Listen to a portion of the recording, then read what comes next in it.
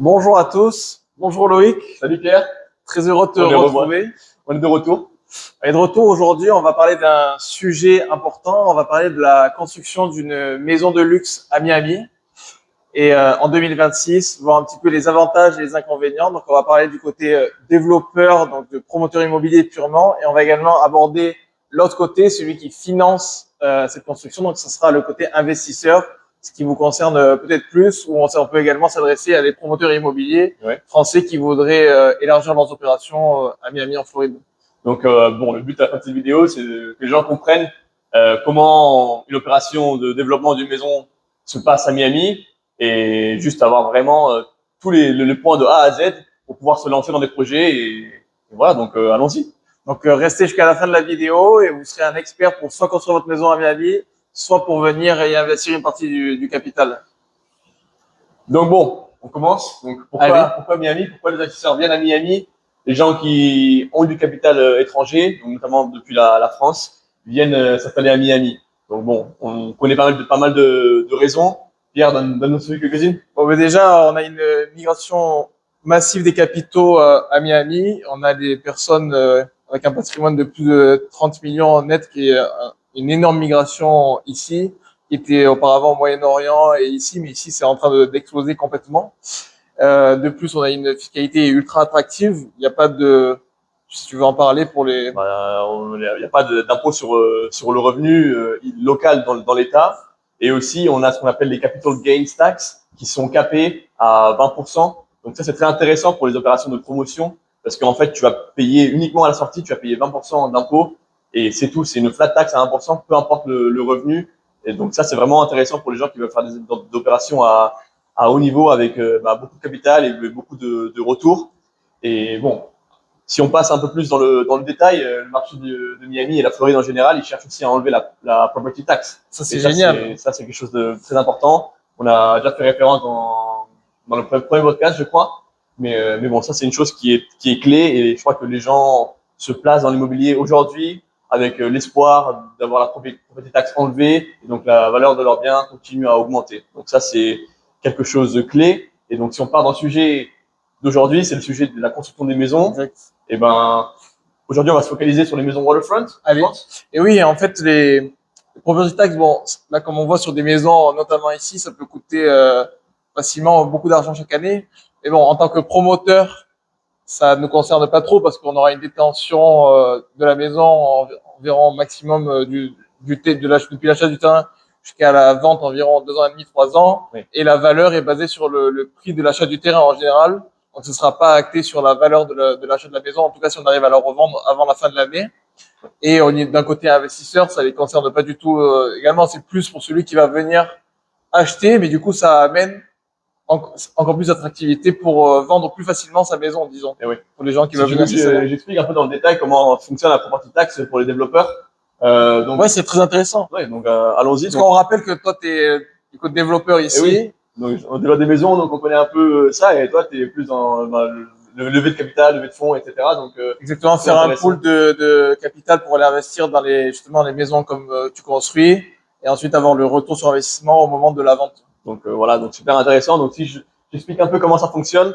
Grosso modo, quand on achète un terrain, donc la valeur est donnée, la valeur du terrain, la valeur ou de la maison en tear down.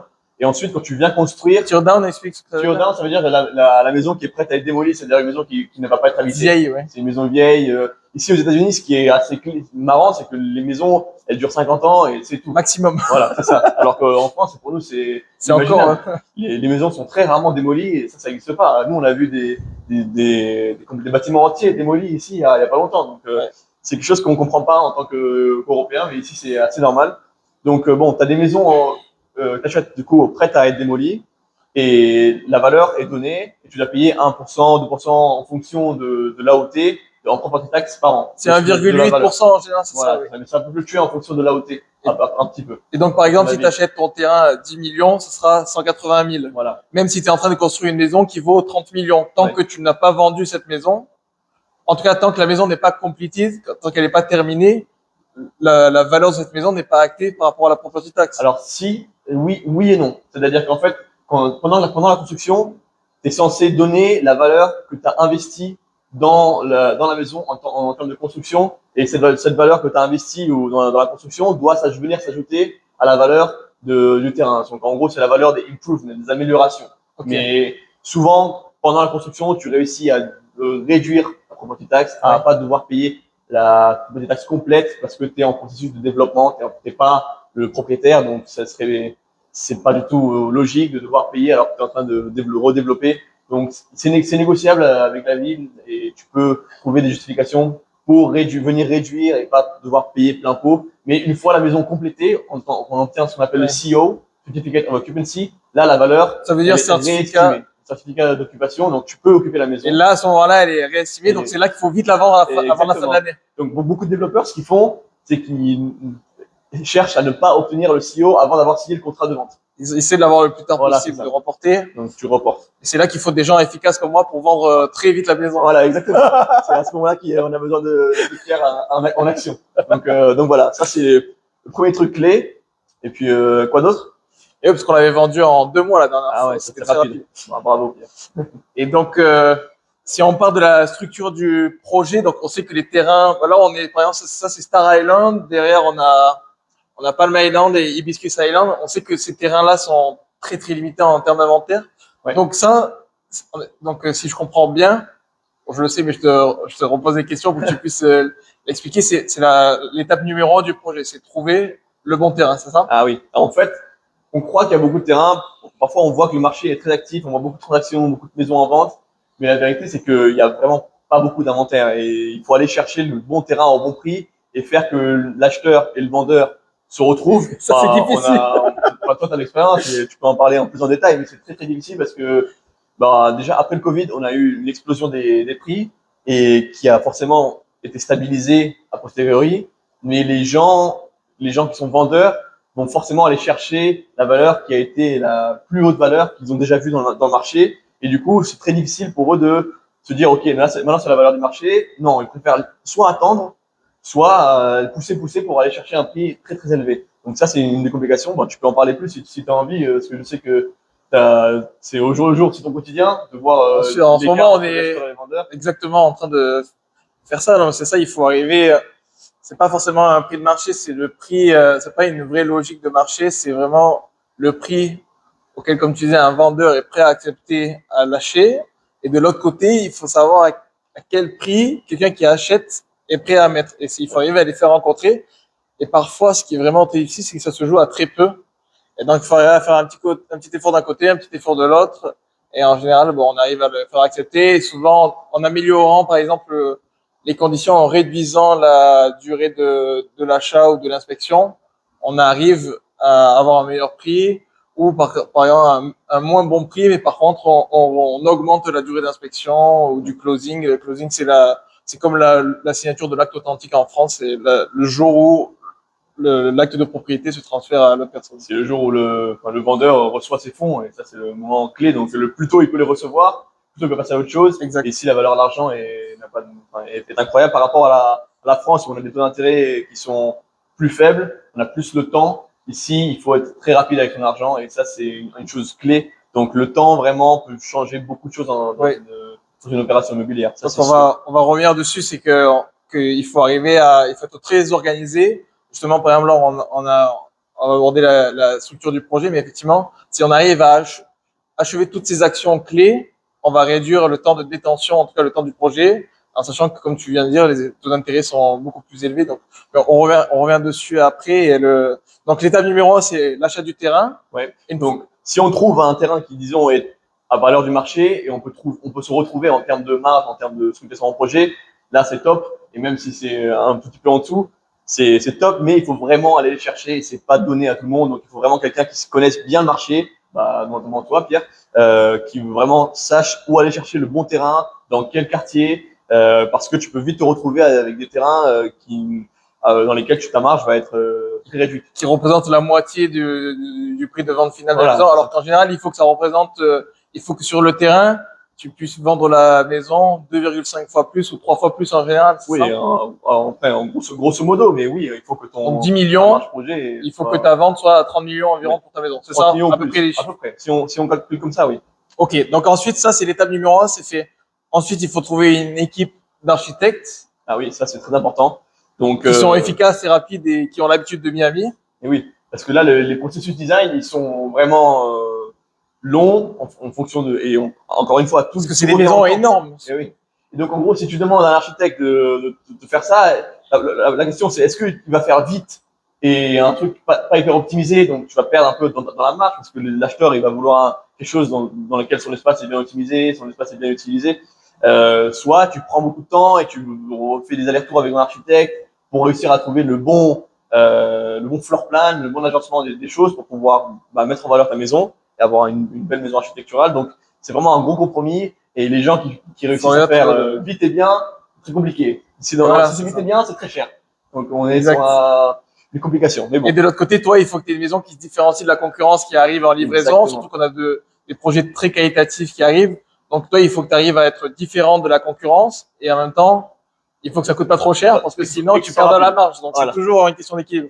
Donc, ça. Ensuite, il faut obtenir les permis. Et par exemple, tout à l'heure, avant de démarrer, tu me disais qu'il y a des endroits dans lesquels c'est plus stratégique d'aller acheter un terrain parce que tout le monde sait, ou en tout cas, quelques personnes savent que dans cet endroit-là de la ville, parce que Miami est séparé en plusieurs endroits, dans cet endroit-là, ça sera plus rapide d'obtenir le permis. Donc, encore une fois, ça économisera du coût du capital, donc ta marge sera préservée. Ouais. Comment ça fonctionne? Comment tu prends cette décision?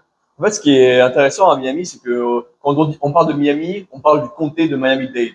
Donc, en gros, il y a plusieurs villes à l'intérieur de cet grand espace qu'on appelle Miami, entre guillemets. Il y a la ville de Miami, il y a la ville de Miami Beach, bon, tu sais déjà, hein, mais il y a toutes ces villes-là, et chacune de ces villes a leur département pour les permis. Okay. Donc, chaque ville va avoir une manière différente d'appréhender ses permis, et il va avoir une vitesse différente. Donc, la ville de Miami n'est pas forcément réputée pour être rapide, mais la ville de Miami Beach est réputée pour être encore plus lente. Donc, tu peux retrouver à être en phase de permitting, c'est-à-dire à partir du moment où tu déposes ton permis de construction avec ton architecte, tu peux te retrouver à rester 12 mois jusqu'au moment où tu peux poser l'appel sur le terrain et commencer la construction, parce que tu fais des allers-retours tout le temps avec la ville et eux prennent beaucoup de temps. Et ça, c'est aussi une chose très très importante quand on a les architectes et aussi tous les consultants, c'est qu'ils fassent pas d'erreur, parce que chaque erreur coûte cher en temps, c'est ça? Exactement, parce que chaque erreur, chaque révision va te coûter au moins un mois le temps de faire l'aller-retour avec la ville. Donc ça, c'est vraiment important parce que chaque petite erreur peut te prendre du temps. Mais bon, il y a certaines villes, oui, on en parlait aussi avec d'autres développeurs qui sont un peu plus au nord. Ils disent, moi, la ville dans laquelle je suis, elle va très très vite. On met en 6 mois, on a le permis, alors que dans la ville de Miami Beach, on met 1 an. Donc ça, c'est aussi un truc vraiment à prendre en compte. Il faut éviter absolument les allers-retours parce que sinon, à chaque fois, c'est du coût de capital perdu. Et ok, donc ça. Et en plus, parfois, ça peut avoir le coût d'aller acheter un terrain qui a déjà des permis, par exemple. Si le projet te correspond et tu estimes qu'il y aura une bonne revente, autant aller payer un petit premium et aller acheter le terrain qui a déjà les permis. Comme ça, tu peux démarrer la construction immédiatement. Exactement. Ça, c'est hyper clé. C'est une bonne technique, ça aussi. Sur des développeurs en ce moment. Qui cherchent que ça. Parce qu'en fait, ils ne veulent pas passer par ils ne veulent pas mettre de l'argent pour leurs investisseurs dans un projet dans lequel ils vont être bloqués pendant X temps, pendant au moins 1 an avec 0 retour. On va y venir plus tard, mais oui, exactement. Donc, si tu viens avec le permis, par exemple, sur une maison, sur un terrain, dans ces plus belles îles de Miami, dans la baie, qui pourrait coûter 10 millions de dollars, et ben, si tu l'achètes avec le permis, ça va coûter 11 ou plus. Donc, voire 12, oui, parce que tu économises bien 1 an et demi avant de pouvoir poser l'appel. Donc ça, c'est hyper important. Et souvent, je sais que je connais pas mal de développeurs. Alors, il y a 2 écoles, mais il y en a qui aiment raser la maison le plus vite possible, et d'autres qui aiment bien le temps d'avoir les permis, continuer à louer. Comme ça prend en charge le coût de l'argent prêté ou le coût de la property tax sur la valeur du terrain, encore une fois. Toi, t'es de quelle école? C'est-à-dire que c'est pas forcément notre choix au bout d'un moment, parce que parfois tu achètes la maison et tu as une maison en bon état qui est louable ou dans laquelle il y a déjà des locataires. Mais est-ce que toi tu es de l'école, je préfère faire des petites rénovations dans la maison pour qu'elle soit louable, ou tu préfères raser pour avoir tout de suite accès à ton terrain et commencer peut-être à faire le bord de côte qui s'appelle le seawall par exemple. Qu'est-ce que toi tu penses qui est le plus intelligent? Mais moi, je pense qu'il faut, dans la mesure du possible, en fonction des dépenses à faire, garder la location, c'est-à-dire c'était 1 an et demi à louer. Mais bon, nous, on avait une situation dans laquelle on avait des locataires qui payaient pas. Et par exemple, c'était quelque chose, c'était occupé par des gens et du coup, ce qu'on a fait, c'est qu'on a rasé au plus vite. Et donc ça, là, au revoir. Voilà. Donc ça, c'est efficace. cas par cas, voilà. Ça, c'était plutôt efficace. Mais bon, on s'est retrouvé du coup pendant 1 an et demi à Okay. une maison sans terrain dans laquelle on pouvait pas couvrir certains frais. Ça, c'est dommage. Il y a aussi une manière aussi d'acheter des terrains, c'est aussi par le financement, hein, le vendeur. Donc, le crédit vendeur, ça c'est aussi. Crédit vendeur, c'est top ça. C'est top ça parce que du coup, tu peux payer au fur et à mesure le vendeur pendant que toi tu es en train de préparer. Ça c'est génial. Mais il faut qu'il accepte. Oui, mais c'est pas. C'est pas si impossible que ça. C'est pas si impossible, c'est pas si peu commun, disons. C'est assez commun. Ici, surtout plus ici qu'en France, parce que je sais qu'en France, j'ai travaillé déjà avec des gens qui ont l'habitude de le faire, mais il y a une certaine manière de présenter ça aux vendeurs, parce que souvent, très souvent, ils sont surpris et c'est la première fois qu'ils en entendent parler. Ici, c'est plus commun de faire ça et les gens ont plus l'habitude de se faire des crédits. Ils sont beaucoup plus éduqués, en tout cas, sur le levier et sur le crédit. Donc toi, tu l'as déjà fait de faire auprès d'un vendeur comme ça? Ouais, enfin, on a déjà fait un crédit vendeur. Bah, ça te donne le temps et le coût de capital est moindre. Après, les gens, ils ont des manières différentes. Il y a beaucoup de manières d'acheter un terrain. Tu achètes cash et tu t'attends un peu plus de temps, tu réduis ta marge, tu réduis ton risque. Il y a aussi, j'avais entendu parler, par exemple, des développeurs de condos, donc de bâtiments, oui, qui eux, bah, au lieu de venir acheter cash avec leurs investisseurs, etc., ils versent un loyer assez supérieur aux biens existants aux propriétaires. Donc, il lui dit, moi, je te paye tant par mois avec une option d'achat dans 2 ans. Non, on avait quelqu'un qui parlait de ça, qui m'expliquait ça. Je dis, ouais, d'accord, c'est super intéressant parce que toi, ton coût de financement, si tu t'achètes pas que cash ou si tu achètes cash et tes investisseurs ils vont perdre de l'argent pendant cette durée de temps, bah, ton coût de financement il sera beaucoup supérieur au coût de loyer que tu vas payer au mec. Donc ça c'est quand même hyper intéressant. Donc il y a beaucoup de manières de structurer un deal. Et donc voilà, il faut juste trouver la bonne qui fonctionne bien pour toi en fonction de ton appétit pour le risque et la vitesse à laquelle tu peux travailler. Et de ce que tu as proposé aussi à tes investisseurs, est-ce que tu leur as annoncé, même si c'est jamais du fixe exact, mais tu leur as toujours donné une fourchette. Ouais. Et ici, c'est vraiment la chose numéro 1, c'est le temps qui déterminera quel sera ton retour. Exactement. Mais en général, de toute façon, on est toujours largement au-dessus des 10% par an en retour. Oui. Mais si tu veux aller plus chercher vers le 20%, c'est en étant très rapide et en utilisant ce genre de technique. Et justement, en parlant du financement, donc, comment on structure une opération? Est-ce qu'on se finance plutôt avec la banque? Est-ce qu'on se finance plutôt avec justement des investisseurs? Quels sont un petit peu les avantages et les inconvénients de chaque et qu'est-ce qui te permet, toi, d'avoir le projet le plus réussi possible? Alors bon, on y retourne sur le même sujet, le sujet du temps. Tu peux te faire financer par ce qu'on appelle un private lender, donc c'est juste quelqu'un qui va te libérer des fonds d'investisseurs. Prêteur privé.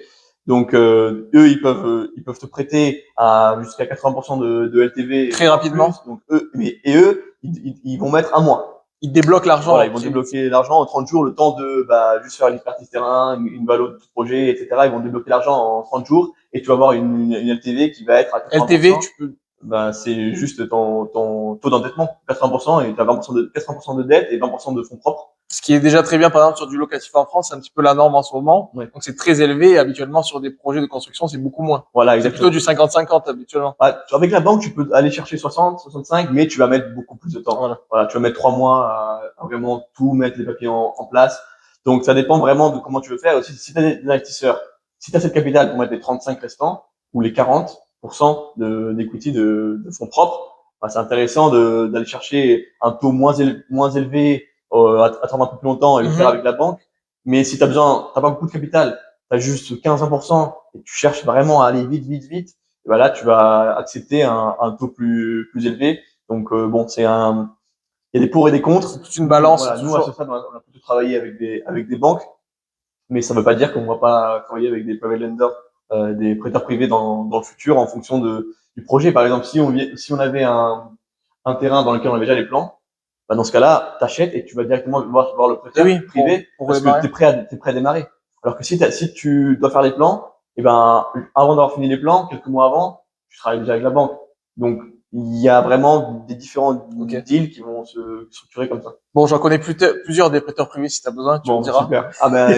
Ici, il y a beaucoup de prêteurs privés. Il y a de tout type. Donc, ils viennent de New York, parce qu'ils savent qu'ici, ça marche vite. Ici, il y a la demande.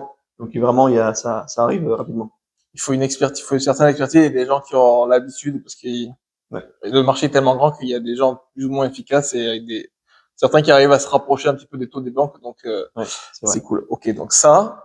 Ensuite, donc l'étape d'après vient la construction. Ça, c'est l'étape la plus grosse. C'est une étape, disons, compliquée, mais aussi intéressante, dans laquelle tu vas suivre le pas par pas. Et aussi, il y avait déjà, avant la construction, tu as l'étape de trouver qui va construire ta maison. Parce que bon, tu as besoin d'avoir ça s'appelle un general contractor, un constructeur normal. Et lui, il va aller chercher. Parce que toi, juste pour rappeler, donc le promoteur immobilier, c'est celui qui, en quelque sorte, prépare tout le projet, mais c'est pas la personne qui sera avec la pelle sur le chantier. Voilà. Il va avoir quelqu'un d'autre qui va travailler pour lui, pour aller sur le terrain et travailler avec ses mains. C'est quelqu'un d'autre. C'est pas tes équipes qui vont. Non. Toi, tu sous-emploies quelqu'un qui va faire ça pour toi. Oui. Alors, tu peux, toi, les sous-employer en direct ou avoir quelqu'un qui, lui, va s'occuper d'avoir tous les différents corps de métier employés sous eux. Que ce soit électricien, plombier, gros œuvre, maçon, etc. Lui, il a tout le monde. Ouais. Et donc toi, tu as affaire à une seule personne. Ça facilite les échanges. Et comme ça, tu peux avoir plusieurs projets en même temps. Parce que si tu devais te mettre là à faire chef de chantier, ça serait interminable. Bah, nous, on le fait en interne. Ok. Nous, t'as pris le pari de faire en interne. Ouais. Nous, on le fait en interne et on a, du coup, l'électricien, etc. Nous, on les prend en direct. Pour réduire les coûts. Ça réduit les coûts et aussi ça te donne plus de marge de négociation en fonction des projets que tu leur proposes, etc. Donc t'as plus de marge de négociation, tu peux plus certifier de la qualité et aussi c'est très difficile parce que les intérêts sont pas forcément alignés avec la personne qui va construire. Donc bon, c'est un choix à faire. Et par contre, ça beaucoup de travail. Ouais. Et c'est aussi un investissement d'entrée et beaucoup de temps à aller chercher. Et de salaire fixe d'avoir quelqu'un qui gère ces personnes-là. Donc, encore une fois, il y a deux écoles. C'est comme pour le financement et j'imagine que ça dépend aussi du projet. À chaque fois, il faut que ça s'adapte. Oui. Ça va dépendre beaucoup. Donc là, quand tu vas chercher ça, même si tu as quelqu'un qui s'en occupe, eux, ils vont te proposer des différentes entreprises, des différents corps de métier. Les électriciens, ils vont te proposer 3 ou 4 entreprises d'électriciens. Tu vas les rencontrer, les choisir. Donc c'est un truc qui prend beaucoup de temps, même avant de lancer la construction. Donc voilà. Et après ensuite la construction, en fonction du projet, si c'est un gros projet comme ça sur l'eau, ça peut prendre 2 ans. Ça peut prendre 2 ans. Si t'es bon, tu peux pas te mettre quelques mois, 2 mois, mais la moyenne c'est environ 2 ans de construction pure. Donc pour un investisseur, pour quelqu'un qui veut se lancer qui est promoteur déjà immobilier en France avec beaucoup d'expérience et qui veut élargir ses opérations à Miami, ou pour un investisseur savoir combien de temps il va bloquer son capital, donc le temps des permis plus de la construction, en général c'est 2 ans et demi, 3 ans si on englobe tout le projet, c'est ça? Le but c'est de sortir en 3 ans. Maximum 3 ans. Voilà, ça c'est vraiment le but. Tu cherches à sortir ton projet en 3 ans, pour sortir les permis, construire et la vente sur quelques mois. Là, c'était efficace. Mais la vérité, c'est que souvent, on a vu les gens être plutôt sur 3 ans et demi, 4 ans, mais les investisseurs ne rentrent pas forcément au moment de l'achat. Exactement. C'est la chose. S'ils rentrent au moment de l'achat, ils perdent une année et quelques du permitting et de la préparation dans laquelle tu n'as pas vraiment de création forte de valeur. Et donc, pour éviter que ce soit moins attractif, les promoteurs, en général, font rentrer les investisseurs après. Ça dépend de comment ils arrivent à faire financer leur terrain. Ils arrivent à mettre les investisseurs rentrent dans le deal au moment du démarrage des travaux. Et donc, quand ils rentrent au moment de démarrage des travaux, ils peuvent s'attendre à combien de rendement? Je pense que par projet, je pense que c'est 50% par projet. 50% sur la durée globale. Oui. Donc, si tu sors en 2 ans et demi, t'es environ à 20% de direct. C'est énorme par rapport à la France, par rapport à n'importe quel autre placement, en tout cas dans l'immobilier ou même autre, ça reste très élevé. Ouais. Et ça, c'est dû après aux achats qui sont aux ventes records, au montant de vente record et tout l'afflux de ces personnes milliardaires ou centimillionnaires qui cherchent une maison qui est prête immédiatement pour venir s'installer et qui n'ont pas le temps d'attendre de t'acheter sur plan la construction au tout début du projet. Ils veulent quelque chose de prêt et venir s'installer. Donc, ils sont prêts à payer ce premium-là et qui représente cette marge-là et qui fait ce rendement-là de 20%, un petit peu moins, entre 17 et 21% par an pour l'investisseur. Voilà, c'est ça. Et c'est incroyable. C'est ce qu'on a vu, par exemple, pour on y revient toujours, mais les fondateurs de Google, etc. Les gens de Californie, ils ont eu une nouvelle sur la taxe en Californie à un moment donné. La semaine suivante, ils avaient déjà acheté à Miami. Et pour eux, c'est beaucoup plus intéressant. Et pour eux, c'est beaucoup plus intéressant de venir payer le premium que d'aller payer les 5% de taxes qu'ils auraient en Californie, qui représenteraient des centaines de millions d'euros. Il vaut mieux qu'ils viennent payer 10 ou 15 millions de plus ici. Ouais. Et voilà, donc au final, tout le monde s'y retrouve. Exactement. Après, la vérité, c'est que les terrains sur l'eau, moi, je les considère comme des investissements plus sécurisés par rapport à des terrains Moi, je suis d'accord aussi. Parce que les terrains sur l'eau, ils sont très très rares. C'est tellement limité en inventaire. Et donc, mais tu te retrouves sur des bonnes marches comme celle-ci, c'est auquel je fais référence. Mais si tu vas sur des terrains qui sont pas forcément sur l'eau, bah, c'est plus risqué parce qu'il y a plus d'inventaire, comme on disait, mais tu peux limite à trouver des marges supérieures si tu réussis à construire pour pas cher. Ok. Et donc ça, c'était pour le rendement, c'est pour le côté investisseur. Pour un promoteur immobilier en France qui a l'habitude d'aller tourner sur des marges dans les 10%, combien ici il peut espérer à peu près en pourcentage sur le projet global? Ça dépend de comment tu structures avec tes investisseurs. Parce que, en général, bah, toi, tu es le general partner et tu as tes limited partners et forcément, bah, tu as une partie de commission ou un pourcentage des gains de tes investisseurs limited.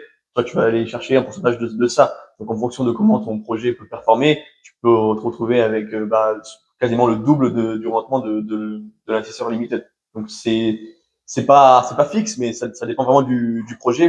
Mais c'est beaucoup plus intéressant qu'en France, c'est sûr. Ok, ça marche. Et ensuite, donc, l'étape la plus importante après, c'est de sortir le plus vite possible du projet. Ah oui. Et donc, la vente, comment tu structures ça?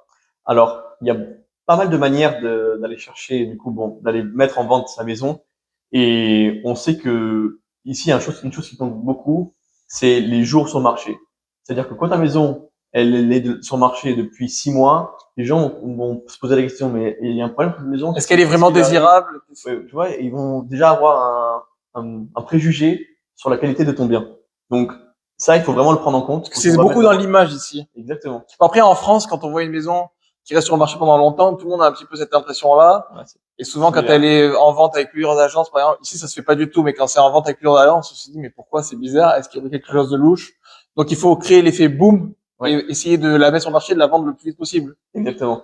Mais après, une chose ici qui est vraiment différente de la France, c'est que tout est vraiment hyper facilement accessible. Tout est public, toutes les informations. Tout public. On n'en a pas parlé au début, mais ça aide. Et ça aide beaucoup pour toi en tant que promoteur et pour nous. De l'autre côté, c'est que tout est public, donc tout est bien plus efficace. Il n'y a pas de flou. Personne peut raconter n'importe quoi. Tu sais combien ton terrain vaut. Tu le sais parce que tu regardes les comparables, tu sais comment ça fonctionne, tu sais après combien il vaut. Mais bon, ça aussi revient aux choses qu'on disait au début. Si quelqu'un regarde une vente de 2021, il se compare aujourd'hui, il se dit, mais en 2021, ça s'est vendu le même prix que maintenant. Maintenant, je devrais vendre plus cher. Ça marche pas toujours comme ça. Donc voilà, il y a les pour et les contre. Mais au moins, tu sais que tout est transparent. Donc, tu peux aller sur Internet, faire 3 clics. En 3 clics, tu sais toutes les maisons qui sont en vente dans toute la région. Donc, si tu vois une maison qui est en vente depuis 6 mois, 1 an, là, tu te dis, mais qu'est-ce qui se passe? Pourquoi elle n'a pas encore été vendue? Est-ce qu'elle est trop chère? Est-ce qu'elle n'a pas de la bonne qualité? Est-ce qu'elle a des soucis? Donc, tu la regardes d'un œil différent. Donc, ça, c'est un choix à faire. Il y a des développeurs qui décident de mettre leur maison uniquement en vente le jour où elle est complète. Moi, je pense que c'est la stratégie qui me plaît le plus. Et ici aussi, contrairement à la France, il y a un énorme investissement du promoteur immobilier en tout cas, pour rendre la maison désirable et que les gens se projettent, c'est-à-dire au niveau de l'ameublement, du staging, du marketing et de aménager la maison. Et quand les gens viennent visiter, ils peuvent vraiment s'imaginer avec la valise et que ce soit vivable dès le lendemain. Il y a déjà une équipe de nettoyage, une équipe d'entretien qui est déjà en place. Et donc, ils ont vraiment juste à faire le virement, en fait, et venir s'installer. Alors qu'en France, il y a beaucoup moins d'efforts, en tout cas pour sur les projets neufs, on voit rarement autant d'équipements qui sont sur mesure. Comment ça se passe? Toi, par exemple, tu meubles tes maisons? Oui. Alors, on appelle ça du turnkey. Les gens, ils veulent du turnkey, c'est-à-dire, tu prends la clé, tu rentres dedans et t'as rien à faire. Et les acheteurs de notre dernière vente, ils ont gardé l'équipe de nettoyage, ils ont gardé l'équipe de paysagistes, ils ont tout gardé parce qu'ils venaient de la côte ouest et du coup, ils avaient pas du tout les contacts ici. Et nous, on les avait déjà mis en place le temps de la vente pour que la maison reste impeccable. Et on avait meublé. Du coup, on avait fait ce qu'on appelle du staging. Bon, on a perdu la photo, mais bon, c'est pas grave, je vais essayer de la remettre. Hop, voilà. C'est bon. On avait fait ce qu'on appelle du staging, c'est-à-dire que tu payes une location des meubles et l'acheteur, si les meubles lui plaisent, il paye la différence au moment de l'achat. Ok. Super. Et oui, en fait, on voit là, moi, ce que tu me donnes un peu ton impression, mais en tout cas sur les terrains et les maisons sur l'eau par rapport à l'année dernière, à la même période l'année dernière, j'ai l'impression que là, ça a pris dans les 20% facilement. Donc, Ouais. imagine en plus que quand tu réfléchis à ton projet, quand tu structures ton projet, tu prends même pas en compte l'augmentation du coût des maisons. Donc, Non. tu mets ta marge. Donc, c'est que du bonus. Et très souvent, bah, il y a des années où ça prend un peu moins, mais en tout cas, l'ultra luxe très limité sur l'eau comme ça. Que tout à l'heure, tu disais pour 2021, ça peut être un peu le même prix, mais ça dépend vraiment des zones. Mais souvent, là, quand on regarde sur ces îles, en tout cas, on s'y penchait les derniers jours, on voit une augmentation, quelque chose qui se vendait Oui. 9,5, maintenant se vend 11 ou 11,5. Ouais. Non, là, cette année, il y a eu une C'est très grosse désirable, ce accélération. produit. Mais ce qui est intéressant, c'est qu'on n'a jamais vu vraiment de baisse des prix depuis le Covid. On a Ok. vu une stabilisation dans les 2024-2025. On était resté un peu stable au niveau des prix du waterfront parce que ça avait beaucoup pris post-Covid. Mais c'est intéressant de voir que quand même, ça n'a pas baissé. Et quand les gens Ça, disent, c'est quand même fou. ah, la Floride, ça va cracher parce que les prix sont très hauts au Miami, et en fait, toi, en tant que développeur, Ouais, non, tu on l'a pas continues pensé. d'acheter des terrains parce que tu sais que cet asset-là sur l'eau, Exact. ça ne peut pas perdre de valeur. C'est bien.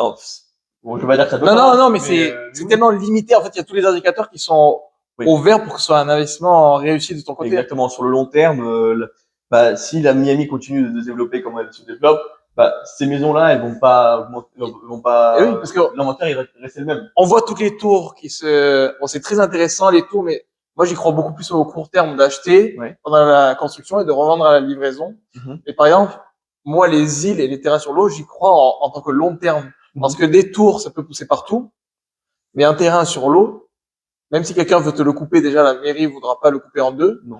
Et en plus, regarde le peu de quantité qu'il y a, ça représente peut-être tout ce qu'il y a, la quantité de terrain sur l'eau, ça représente peut-être l'équivalent de 2 tours uniquement. Oui. En tant que de nombre. Oui, sur la C'est baie, ça il y a qui est vraiment pas génial. beaucoup de maisons du tout. Mais regarde, c'est intéressant qu'on regarde celui-là parce que Pavilion, c'est vraiment l'île, Star, c'est, Star Island, pardon. C'est vraiment l'île que tout le monde connaît à Miami. C'est là où il y avait les maisons de Pablo Escobar à l'époque. Enfin, c'est vraiment c'est incroyable. génial. J'y suis allé il y a 2 jours. Ah ouais? C'était une maison.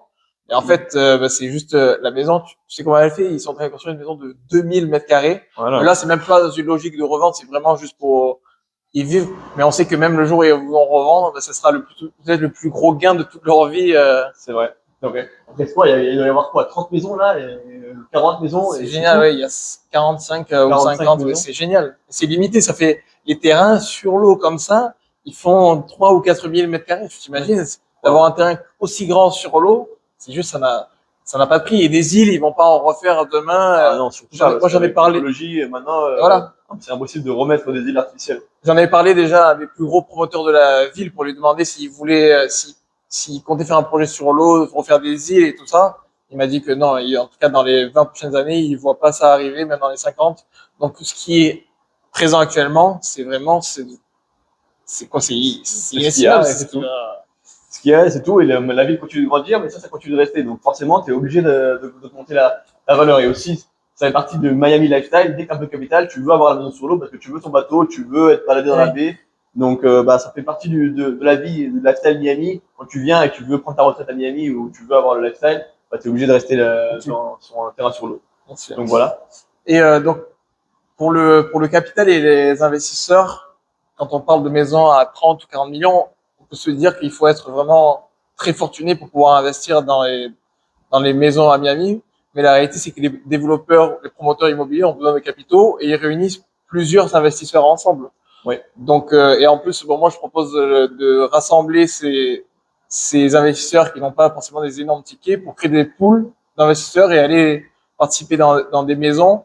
Et donc, c'est ça. Donc, vous prenez plusieurs investisseurs en général. En fait, bon, le but d'un développeur, il est pas leveur de fonds, le développeur. Donc, il va chercher à trouver quelqu'un comme toi, par exemple, qui va regrouper un groupe d'investisseurs avec des tickets un peu inférieurs et qui va regrouper dans un gros ticket. Et ce gros ticket va en avoir un ou deux, voire trois, en fonction de la taille du deal. Et lui, il va du coup gérer ce ticket et toi, tu vas gérer les investisseurs individuellement.